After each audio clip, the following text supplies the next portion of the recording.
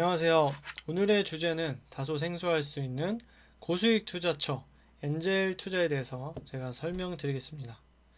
엔젤 투자란 기술력은 뛰어난데 자본이 부족한 신생 기업에 투자하는 것을 말하는데요.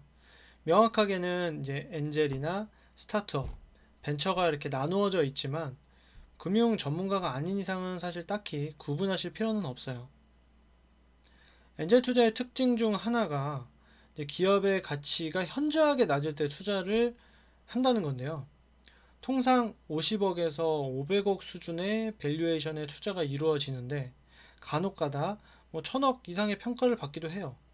그래도 이제 일반적으로 우리가 투자하는 상장 기업들보다는 주식 가격이 훨씬 싸겠죠.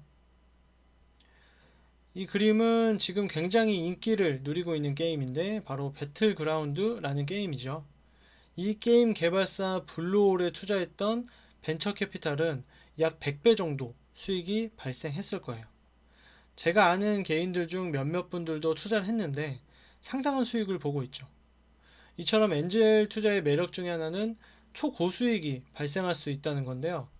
대기업들에 투자할 경우에는 사실상 이런 수익은 불가능하죠. 이미 성장할 만큼 성장해버린 대기업의 경우에는 시장 확대가 쉽지가 않아요. 예를 들어 반도체 세계 시장 규모가 5조이고 삼성이 차지하는 비중이 3조 규모라고 가정해 볼게요. 삼성이 아무리 더 뛰어난 제품을 만들어서 시장의 모든 반도체를 납품한다고 하더라도 최대 매출은 5조 원이겠죠. 이처럼 대기업의 성장에는 한계가 있습니다. 하지만 스타트업 투자인 엔젤 투자는 조금 다르죠. 현재 워낙 낮은 기업 가치로 평가받고 있기 때문에 100배 이상의 성장이 충분히 가능하죠. 다만 이렇게 이제 높은 수익에도 당연히 위험이 따르겠죠. 그럼 제가 몇 가지만 설명을 드릴게요. 첫 번째 위험은 스타트업 기업은 매출이 적거나 없기 때문에 재무적으로 상당히 불안정해요. 블루홀 같은 경우에도 국내에서 게임 출시를 못하고 몇 번이나 퇴짜를 맞아가지고 심각한 자금난에 시달렸었어요.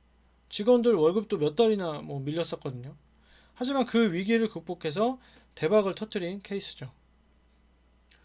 두 번째는 CEO 리스크인데요. 큰 대기업의 경우에는 CEO의 문제가 생겨도 주가에 영향을 많이 받지는 않거든요. 물론 안 그런 회사도 있어요. 대부분 큰 영향이 없는 게 사실이죠. 하지만 스타트업의 경우에는 CEO가 건강상 문제나 법적인 문제에 휘말리면 회사 경영이 어려워지고 파산 위험도 굉장히 높아집니다. 그리고 CEO들이 해당 제품 기술에 대해서는 굉장히 전문가들이거든요. 하지만 또 회사 경영은 다른 문제예요. 최고의 기술로 좋은 제품을 만들기는 했는데 그 제품을 많이 팔기 위한 마케팅이나 회사 재무 운영이나 인사 관리 등에서 이제 어려움을 많이 겪고 있습니다. 마지막으로 세 번째로는 시장의 변화인데요. 중국으로 진출했던 한국 기업이 사드 보복으로 철수를 한다든지 아니면 제도가 갑자기 변경된다든지 하게 되면 작은 기업들에게는 굉장히 치명적이죠. 대기업이야 큰 자본력으로 버틸 수 있지만 이제 막 시작한 기업들은 사실 입장이 많이 다르죠. 이처럼 엔젤 투자는 다양한 리스크를 안고 있는데 그렇지만 리스크를 줄일 수 있는 방법도 많습니다. 먼저 경영 리스크는 스타트업의 성장을 돕는 엑셀러레이터라고 있는데 이분들을 통해서 이제 위험을 많이 줄일 수가 있죠.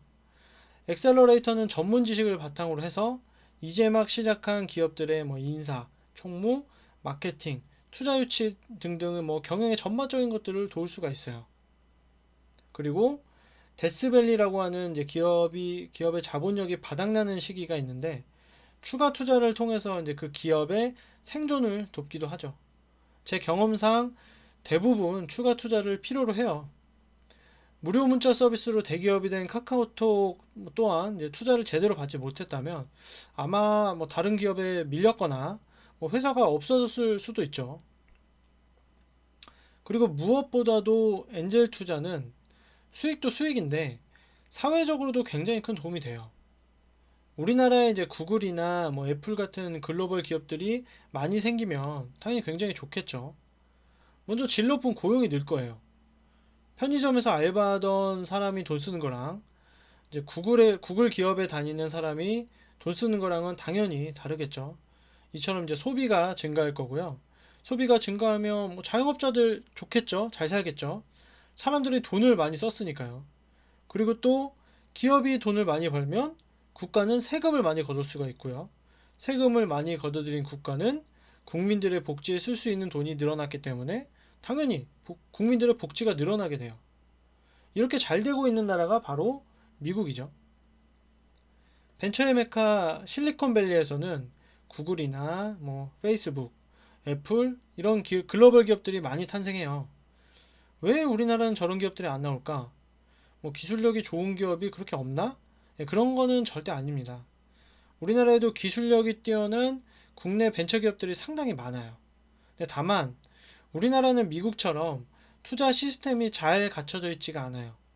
몇몇 자산가들이나 혹은 소수의 벤처 투자 회사에서만 하고 있죠. 물론 이제 최근에는 개인들도 벤처 기업에 투자를 하면 뭐 소득공제를 해준다든지 뭐 양도소득세를 면제해준다든지 해서 뭐 각종 세금 혜택을 주면서 정부에서도 민간 투자를 유도하고 있거든요. 그래서 몇 년 동안 많이 늘었어요. 근데 하지만 아직은 조금 부족하죠. 저희가 투자했던 종목들 중에서 이제 신라젠이라는 기업이 있어요. 주식하시는 분들이면 아마도 모르는 분이 없을 건데요. 3개월 동안 15배가 올랐었거든요. 물론 지금은 조금 떨어졌어요. 신라젠은 저희가 투자했을 당시에는 뭐 신라젠이라고 소개를 하면 뭐 아무도 몰랐었거든요. 하지만 지금은 코스닥 시가총액 2, 3위를 다투는 굉장히 큰 회사가 되었죠. 당연히 저희는 지금보다 훨씬 낮은 가격으로 주식 투자를 했겠죠. 이처럼 싸게 투자를 하기 때문에 대박이 날 수 있는 거예요. 다만 아까도 언급드렸지만 다양한 리스크가 존재하기 때문에 반드시 산업별로 분산 투자를 하셔야 되고요. 단기 투자가 아닌 중장기 투자로 접근하셔야 돼요. 그래야 대박이 날 수 있습니다. 부자들은 이미 이렇게 투자를 해서 더 큰 부자가 되고 있죠.